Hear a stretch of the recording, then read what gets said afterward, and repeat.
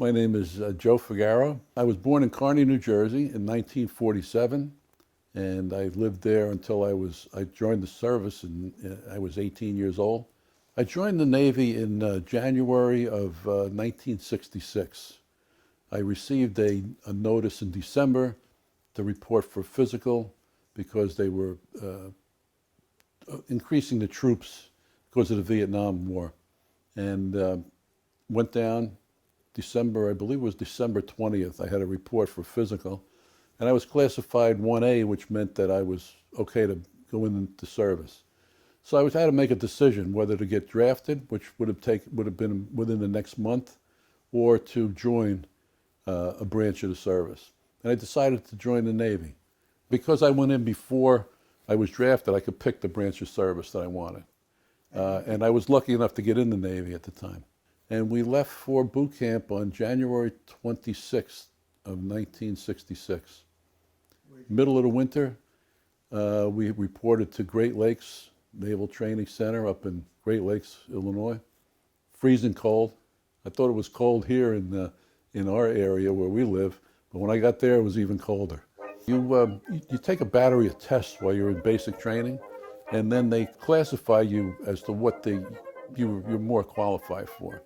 And I was more qualified for machinist type work, and that's why they put me in the engine room.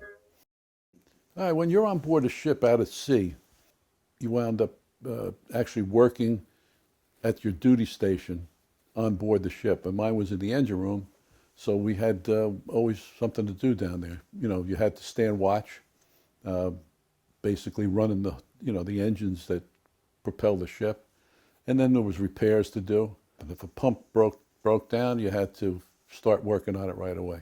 And that happened to me a few times.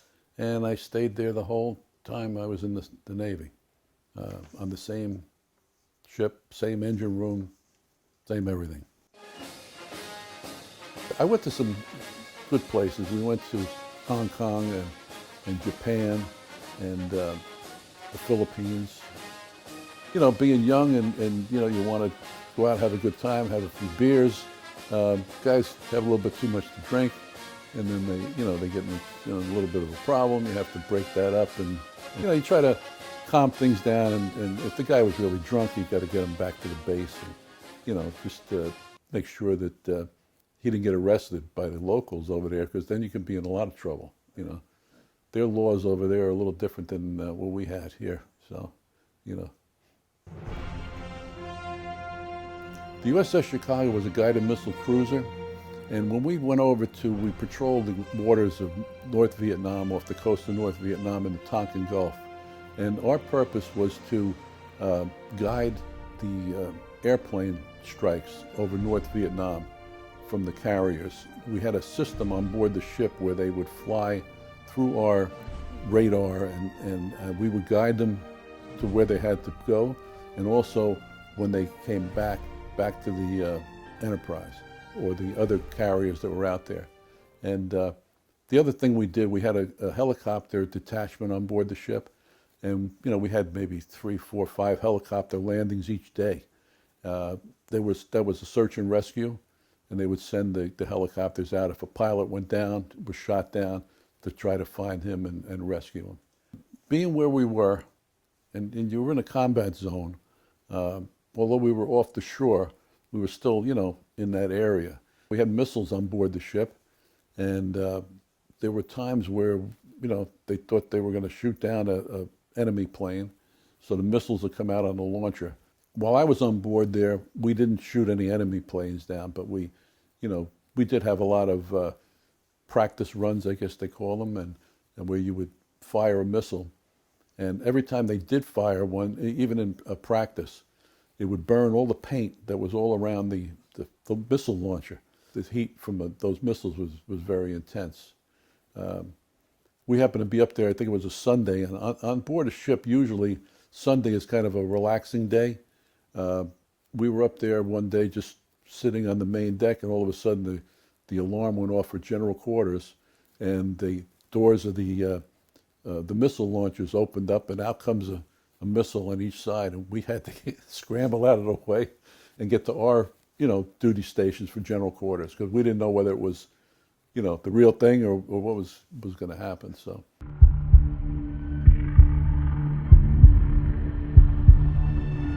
the ship was involved in quite a few different situations. Um, the USS Pueblo was captured by the North Koreans. They actually made a movie out of that situation. We were involved in that. We left the Tonkin Gulf when that happened. That was the waters right off the coast of North Vietnam.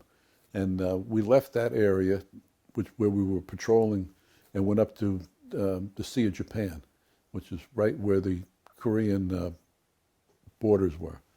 And that's where they captured the USS Pueblo and kept that ship there for over a year. They kept the guys prisoner. We went up there, spent about 2 weeks to show, it was a show of force, and there was a lot of Navy ships and a lot of armor up there. Thought we'd get these guys out of there, but it didn't turn out that way. I think the president at the time didn't want to have a war in another area of the world. So we left, and unfortunately those poor guys stayed there. They were in captive for over a year. I really felt bad about that because I thought we could have done more. But that's the government didn't want to get involved in that war. And actually what happened was while we were up there in not only our ship but all the other ships that were with us, the bombing started even more in North Vietnam, so we had to turn around and go back down there. In other words, things were happening down there that they were taking advantage of the fact that we weren't out there patrolling. So we went back that's the time we were out at sea for 62 straight days, some of the situations that the guys were involved in were really horrible and terrible. And, you could see where somebody would try to do something to make themselves feel better or get through it because they were situations where they thought it was hopeless and that they'd never come home.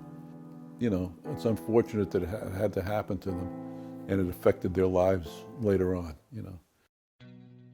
I knew a lot of people that I grew up with that were going into the service. In other words, everybody was against the war, and it kind of made us feel like we're over here doing what we're told to do to try to protect our country and help these people, and yet everybody seems to think it's something that we shouldn't be doing. Well, whether we should have been doing it or not, I mean, my theory was that you had to do what you were told to do. And, it kind of hurt a little bit to know that everybody back here is protesting and there's guys over here dying every day, So that's kind of like, there was no, even when we got out of the service, there was no parades like you see today or things like you see, for the Vietnam War anyway. It was a war that nobody really wanted us to be in. A lot of the guys came back from Vietnam with a lot of, mental issues and things like that. And you really have to feel sorry for them because what they went through, I can see how it happened. And I think that, fortunately I didn't have that situation. And I didn't come back with any of those negative, dark things that happen to people. Today they're trying to recognize the help for these veterans because now we're that generation that there's not too many World War II veterans left anymore, and we're the next group. So they're trying to do what they can do to help some of these guys. When I got home, I actually went back to work at a company that I was working for before I went into service for a couple of months. And I was anxious to get back into the civilian lifestyle. My girlfriend at the time, who became my wife, waited for me the whole time I was in the service, and we got married in May of 1970. What I actually did after that, I wound up going into business my own. I was a Hess gasoline dealer, Milltown, New Jersey. So that's where we moved.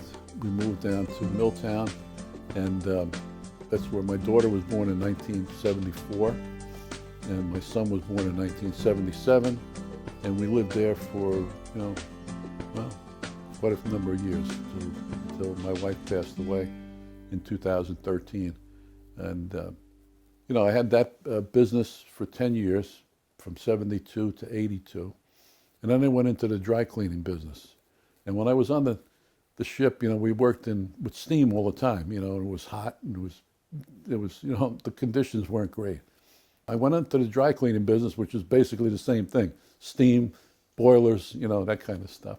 While I had the dry cleaning business, there was a team that was going to start out in Newark, the Newark Bears, and they were owned by Rick Cerrone. A good friend of mine was a friend of Rick's, and he said, "Why don't you go see him and see, maybe he's got something you can do there, So I went up, I met Rick, and they were looking for someone to do the wash and do the uniforms for them. I wound up going up there, which is about 75 miles from where my store was, and back every home game. And I would pick up the uniforms and launder them and get them back to the clubhouse guy so he can bring them up for the next game.